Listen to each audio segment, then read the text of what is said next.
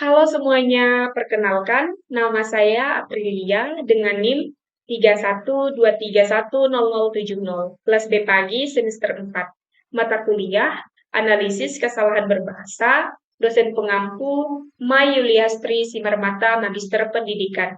Di sini saya akan membacakan analisis kesalahan berbahasa pada tataran morfologi di dalam media sosial Facebook. Pengertian pleonasme. Pleonasme adalah penggunaan kata-kata berlebihan atau berulang-ulang dalam sebuah kalimat yang tidak menambahkan makna baru atau penting, tetapi hanya untuk menegaskan atau memperkuat pernyataan tersebut.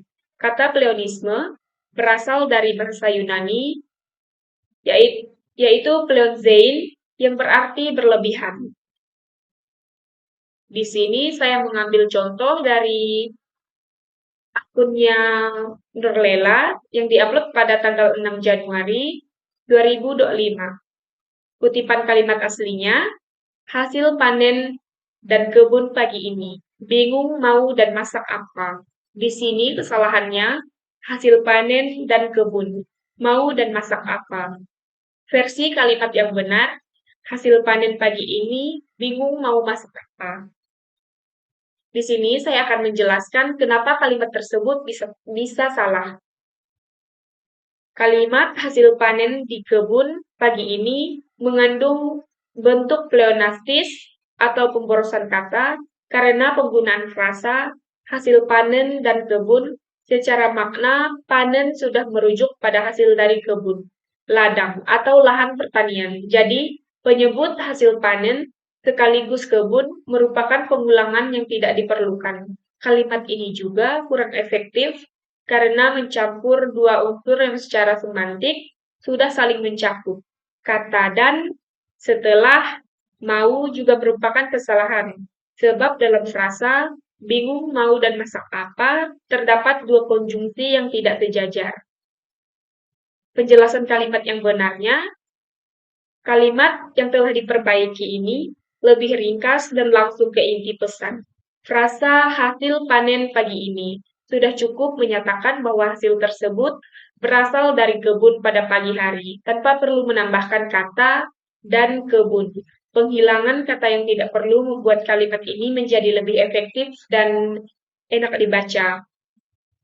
Contoh yang kedua itu dari akun Facebooknya Asteria Ular Raula yang diupload pada tanggal 23 April 2025. Kutipan kalimat aslinya, semakin cepat bongkar barang, semakin cepat kemungkinan barang laku. Di sini kesalahannya, semakin cepat kemungkinan barang laku. Versi kalimat yang benarnya, semakin cepat bongkar barang, semakin cepat barang laku. Di sini juga saya akan menjelaskan kenapa kalimat tersebut bisa salah. Kalimat tersebut mengandung pleonasme pada frasa semakin cepat kemungkinan barang laku. Penggunaan kata semakin, cepat, dan kemungkinan dalam suatu frasa sebenarnya bertentangan secara logika bahasa. Kata kemungkinan sudah menunjukkan sesuatu yang tidak pasti, sedangkan semakin cepat menunjukkan kecepatan sebagai suatu kepastian atau intensitas. Penggabungan keduanya menjadi frasa. Semakin cepat kemungkinan barang laku menyebabkan kalimat terdengar tidak efektif dan membingungkan. Penjelasan kalimat yang benarnya, kalimat yang telah diperbaiki ini menghilangkan kata kemungkinan yang membuat pernyataan menjadi efektif dengan menyederhanakan struktur. Penjelasan kalimat yang benar. Kalimat yang telah diperbaiki ini menghilangkan kata kemungkinan yang telah membuat pernyataan menjadi tidak efektif dengan menyederhanakan struktur menjadi semakin cepat bongkar barang, semakin cepat barang laku. Kalimat menjadi lebih jelas, langsung dan kuat dalam menyampaikan maksud. Tidak ada lagi ambiguitas atau ketidaksesuaian logika bahasa yang dapat mengganggu pemahaman pembaca. Contoh yang terakhir itu saya ambil dari akun Facebooknya Siwani Medio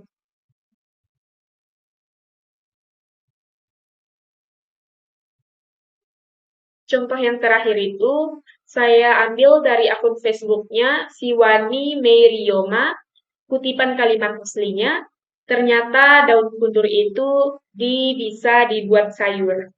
Kesalahannya di sini bisa dibuat. Versi kalimat yang benarnya, ternyata daun kundur bisa dibuat sayur. Penjelasan kenapa kalimat tersebut bisa salah. Kalimat tersebut mengalami kesalahan tata bahasa sekaligus pleonastis, yaitu dalam penggunaan bisa dibuat. Yang pertama itu, frasa tersebut mengandung bentuk kata kerja, pasif dan aktif sekaligus saling bertabrakan. Bisa adalah bentuk tidak baku dan tidak memiliki struktur gramatikal yang tepat dalam bahasa Indonesia. Yang kedua itu penggunaan dua kali secara berturut-turut. Bisa dibuat.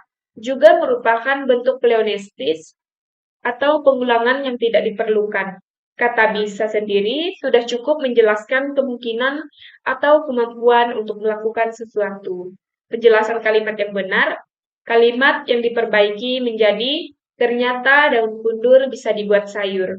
Sudah memenuhi struktur tata bahasa yang benar dalam bahasa Indonesia, subjek daun kundur, predikat bisa dibuat, dan objek sayur. Disusun secara runtut dan logis, kata kerja pasif dibuat tepat digunakan karena menunjuk pada objek yang mengalami tindakan, yaitu daun kundur. Kata bisa menunjukkan adanya kemungkinan atau potensi tanpa memerlukan awalan sebelumnya sehingga lebih efisien dan tidak membingungkan.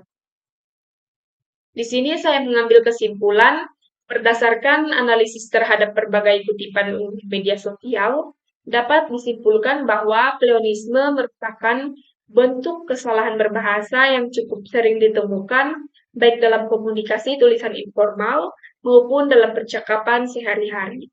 Pleonasme terjadi karena adanya penggunaan kata atau frasa yang berlebihan dan tidak memberikan makna tambahan yang signifikan, sehingga membuat kalimat menjadi tidak efektif dan membingungkan. Misalnya, penggabungan dua kata yang maknanya saling mencakup, seperti pada frasa hasil panen dan kebun, atau penggunaan bentuk kerja pasif dan aktif secara bersamaan, seperti bisa dibuat. Kesalahan-kesalahan tersebut, meskipun tampak sepele, dapat memengaruhi kualitas komunikasi, terutama ketika digunakan dalam situasi formal atau edukatif. Dengan menghindari pleonasme, pesan dapat disampaikan secara lebih jelas, padat, dan mudah dipahami.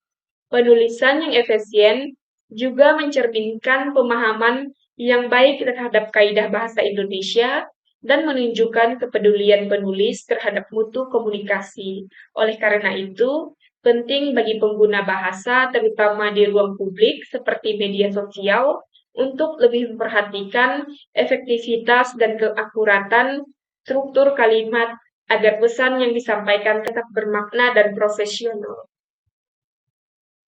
Hanya ini yang dapat saya sampaikan. Saya ucapkan terima kasih.